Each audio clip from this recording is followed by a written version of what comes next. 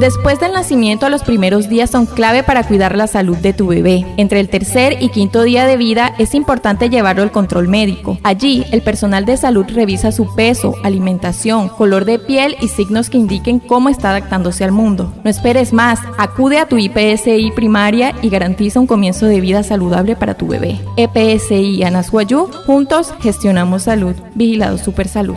Chiqui hemerin wane ho sau apun o tarai kai puranai mahiranchi o uni namatan chmal pulstuhan hatin au wane wai skut kase nakanai na wai ni kuin tapas pushware en namate tu suri non tan sne mayeini puran quiero tin sulon mahiket wane kase heket pure rohoro no kamai tuma no pa tapas puna mata sulon der herre pehekat punai pura pirinchi anai katui no chipuchonga hanai kimointe PSI kanas Wayuu es huma senai tu para hat kat kari wan hinte isne hemerina ana hnauchi stuma tatus ka pulero ana